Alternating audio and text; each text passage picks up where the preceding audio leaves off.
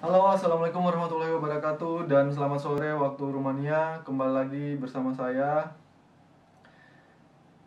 video yang membahas tentang bagaimana kehidupan dan pekerjaan saya di Eropa Timur, khususnya di Rumania. Mohon maaf, beberapa bulan kemarin saya nggak sempat lagi buat video dan nggak bisa balas satu persatu komentar teman-teman sekalian. Dan untuk itu hari ini saya akan mencoba merangkum semuanya. Mudah-mudahan teman-teman sekalian, pertanyaan teman-teman sekalian bisa saya jawab semuanya begitu. Jadi untuk vlog kali ini saya akan membahas tentang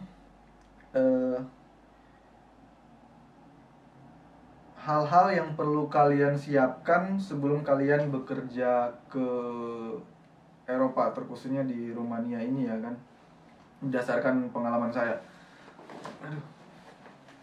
Jadi langsung saja, yang pertama itu adalah mental. Mental itu yang paling pertama. Kenapa saya bilang seperti itu?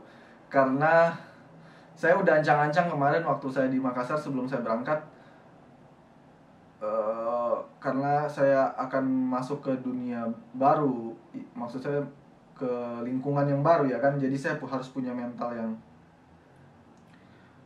kuat. Tapi realita tidak sesuai dengan ekspektasi. Ekspektasi tidak sesuai dengan realita, maksud saya. Sorry. Mengapa? Karena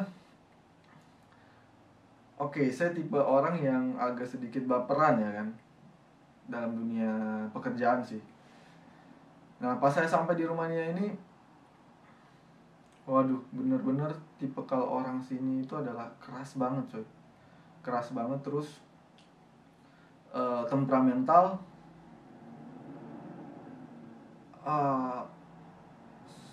Kalau menurut saya,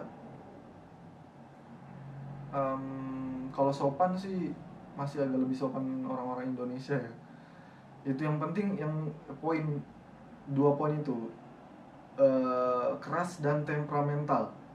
Jadi kalau kalian yang punya sifat baperan atau gampang down, kalian harus latih dulu tuh sebelum ke Rumania. Karena kenapa? Jangan sampai kalau kalian 1-2 bulan kerja di sini kalian yang pengen pulang ya kan. Nggak lucu. Jadi mental yang paling pertama. Jadi latih dulu mental kalian jadi mental baja. Kalian harus pergi dulu latihan militer kalau menurut saya. Oke, terus yang kedua adalah fisik. Jadi kalau kalian mau kerja di luar negeri itu kalian harus punya fisik yang kuat. Kenapa? Karena saya kerja dari jam 8 sampai jam 10 malam coy, nonstop. Sama kayak kerja di kapal pesiar, 14 jam sampai 15 jam kerja. Nah, bayangin aja tuh. Fisik harus kuat. Jadi kalau kalian yang punya mental dan fisik yang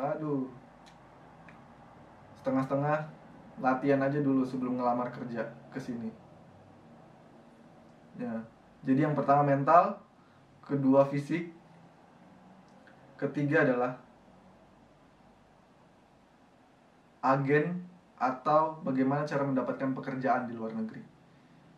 Jadi menurut saya itu ada dua cara. Yang pertama adalah lewat agen, yang kedua itu jalur mandiri.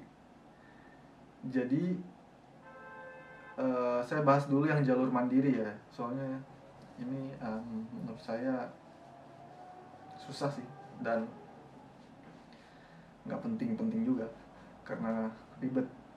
Jadi jalur mandiri itu adalah kamu survive sendiri untuk mendapatkan pekerjaan itu. Jadi contohnya kamu ingin kerja di hotel, kamu pengen kerja di hotel di Eropa, terus kamu cari tuh di link-link job. Nah, tapi itu tingkat persenannya adalah 90% kamu susah untuk mendapatkan pekerjaan itu, karena dari seluruh dunia pun orang nyari pekerjaan itu dan kamu punya saingan yang banyak gitu kan. Terus bagaimana kamu bisa survive di sini? Kamu harus urus semuanya sendiri, dokumen, visa, paspor, asuransi penginapan, kehidupan dan lain-lain. Di sini kamu harus urus sendiri dari nol. Kalau kamu pakai jalur mandiri itu sangat membutuhkan waktu waktu, biaya, dan intinya ribet lah pokoknya. Terus yang kedua adalah lewat agent. Jadi ini yang paling penting menurut saya, karena kamu harus tahu agent yang bisa dipercaya. Jadi langsung aja saya bocor-bocoran, agen yang saya pakai itu adalah PT Bina Mandiri Mulia Harja. Jadi kalian bisa langsung cek di IG-nya di @pt_bina_mandiri. Nah, itu yang saya pakai. Dan saya rekomendasikan agen itu, kenapa? Karena dia benar-benar membantu kita dari awal sampai kita ada di sini bekerja sampai saat ini. Jadi kalau kalau kalian punya keluhan atau apapun dalam pekerjaan kalian, dia masih tetap backup kita hingga kalau kalian selesai atau kontrak kalian selesai, dia tetap mensupport kita gitu. Jadi menurut saya PT Bina Mandiri itu yang paling recommended menurut saya. Terus yang keberapa? Yang keempat ya. Jadi yang pertama itu adalah mental, fisik, terus agen yang kamu pakai untuk bisa kerja di luar negeri. Terus yang keempat itu adalah biaya. Jadi karena saya memakai agent, waktu saya mendapatkan offer letter pertama saat saya diterima, CV saya diterima sama agen. Nah, di situ dia menjelaskan di job offer, di offer letter itu berapa biaya yang kamu harus siapkan untuk bisa bekerja di Romania. Sebenarnya untuk biaya itu depend sih, tergantung pekerjaan apa yang kamu dapatkan dan di negara mana kamu ditempatkan. Untuk contohnya, saya bekerja di Romania di bidang hospitality atau hotel. Nah, biaya yang perlu saya keluarkan pada saat itu adalah sekitar 20 jutaan. Itu semua udah tercover ya, jadi nggak ada lagi biaya-biaya lain hingga kamu sampai ke negara yang kamu tempatkan untuk dipekerjakan gitu. Nah, 20 juta itu nggak semua harus dibayar di muka. Jadi dari CV kamu diterima sama agen itu dan kamu dapat offer letter, di situ kalian bisa mulai cicil sampai 5 kali kalau nggak salah.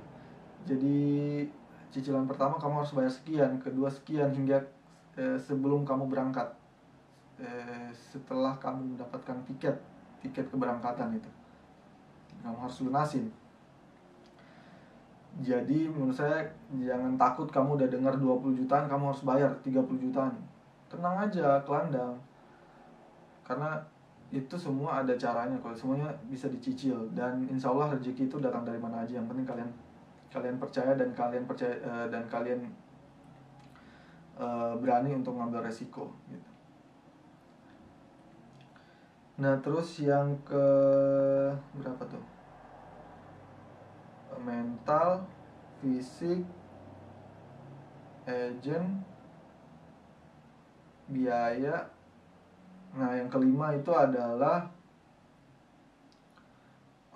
apa ya?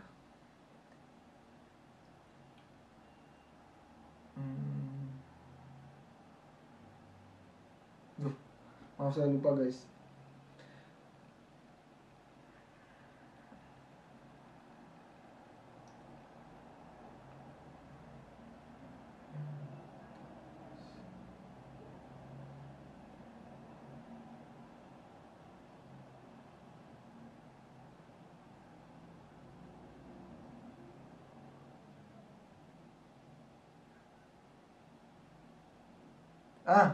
Maaf, sorry.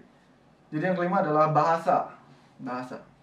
Kenapa saya tidak terlalu memprioritaskan bahasa ya? Karena oke lah, bahasa Inggris adalah bahasa yang paling utama yang harus kalian punya sebelum kalian bekerja di luar negeri. Tapi itu yang saya bilang juga, realita tidak sesuai ekspektasi tidak sesuai dengan realita. Karena kenapa? Karena pas saya sampai di Rumania, saya bekerja di sini, hampir 80% orang di hotel ini tidak bisa berbahasa Inggris. Jadi saya harus mulai dari nol lagi untuk belajar bahasa Rumania. Dan sekarang sudah hampir 8 bulan, ya bahasa saya masih gitu-gitu aja. Dan kalau menurut saya bahasa Inggris saya pun juga ya bahasa Inggris acak adul sih. Jadi kalau menurut saya bahasa itu urusan belakangan. Yang penting kalian percaya diri dengan diri kalian. Kalian punya pengalaman yang cukup dengan bidang pekerjaan kalian, dan kalian punya mental yang baik. Menurut saya itu udah cukup sih. Karena bahasa itu akan berjalan dengan sendirinya, disesuaikan dengan adaptasi di lingkungan tersebut sih. Jadi jangan pernah takut jika bahasa kalian itu kurang, atau aduh bahasa Inggris saya acak adul atau semacamnya. Itu urusan belakangan. Terus yang keenam adalah doa. Perbanyak berdoa. Yang terpenting adalah doa orang tua. Karena kenapa? Saya rasakan sendiri. Jadi dari semua yang saya jabarkan tadi, poin-poin itu, yang paling penting adalah doa. Doa dari diri kalian sendiri dan doa orang tua. Karena kenapa? Itu yang kemarin 20 juta itu kan banyak menurut saya, dan saya tidak punya.